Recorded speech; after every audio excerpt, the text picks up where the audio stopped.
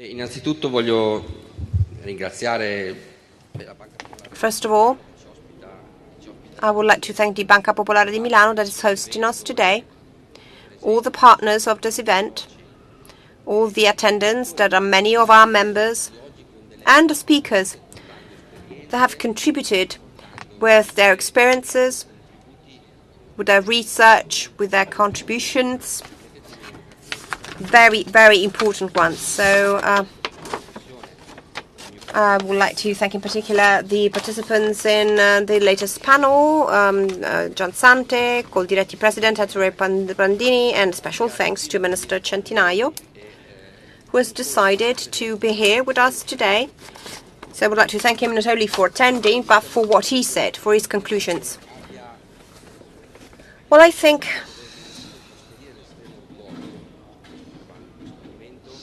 that after this intense day, there's nothing I can do but express my pride. I'm very proud, thinking of our starting point. We must never forget where we started from. We were 7 at the beginning, 7 farmers, 7 people producing this thing. We weren't sure what it was, but then we decided to join in a consortium. I didn't have to plan back then, really. But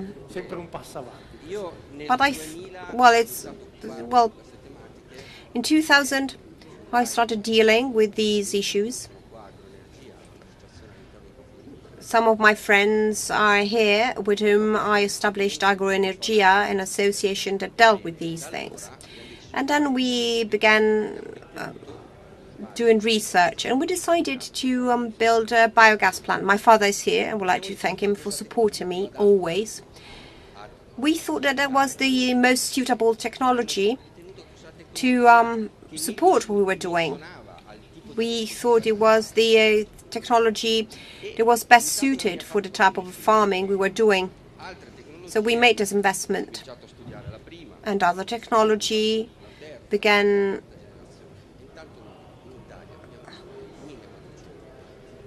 developing the first, second, third, and fourth generation. And meanwhile, we built 1,400 plants. We invested 1.4 billion euro, and we represent 700 members. That's why I'm proud. This morning, when our producers took the floor, we have heard about numbers, but not only numbers, bearing witness to the importance of what's being done, but the value of what an anaerobic digestion plant does in terms of innovation, in terms of development, in terms of new technology. The biogas plants are setting the stage for a new agriculture. Ratan Lal presented us with a mantra today: producing more, using less. So an agricultural vision that is shared by the minister. Minister is so proud to participate in a conference like this, where there are young entrepreneurs, where there are people willing to grow. But this model we've been working on started basically from the awareness that we had to ask ourselves a question: why producing bioenergy? Unless we change our agricultural practices, so what's the value we are trying to pursue, or we're trying to bring or contribute with? We work the best job in the world. Let's be honest.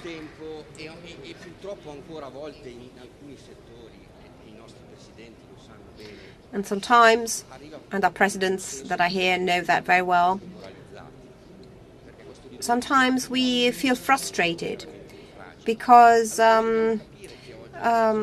we feel fragile because of everything being considered as a commodity. But the true meaning of what we do is that we are the ones on Earth, we are the ones that have to contribute to the fate of our planet, so we are the protagonists of this change.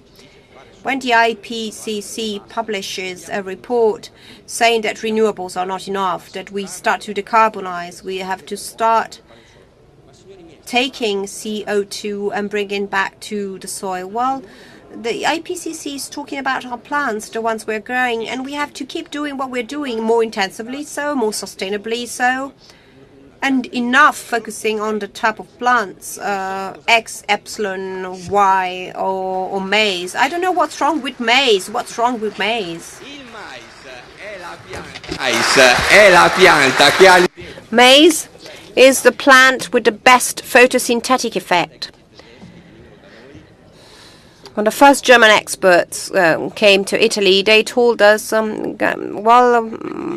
how can you do all these cubic meters, all this maize? You should do something else. Well, our maize is good. Our maize is profitable. That's why we have the best cattle breeding farms in Europe. So we have to start from this. But if we focused on our pride only, we wouldn't be what we are. We have to understand that we have a great responsibility. Every time we take a step forward, and forgive me, having the minister here and 2 representatives of the most important trade associations is a great responsibility.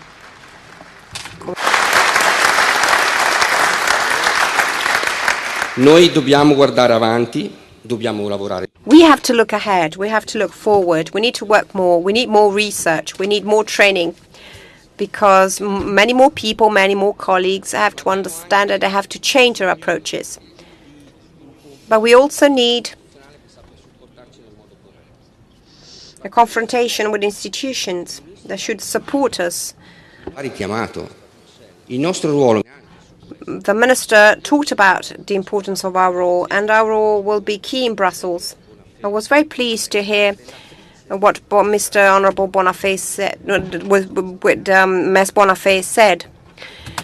She was a rapporteur of the circular economy package. It is important to have in Brussels people that take responsibility for promoting their priorities. But I can say that as an Italian citizen, the fact that during that voting at the parliament, seeing all the groups vote, it was a great satisfaction, because if we cannot make our voices heard in Brussels, we cannot really play a part in deciding what directives should be passed.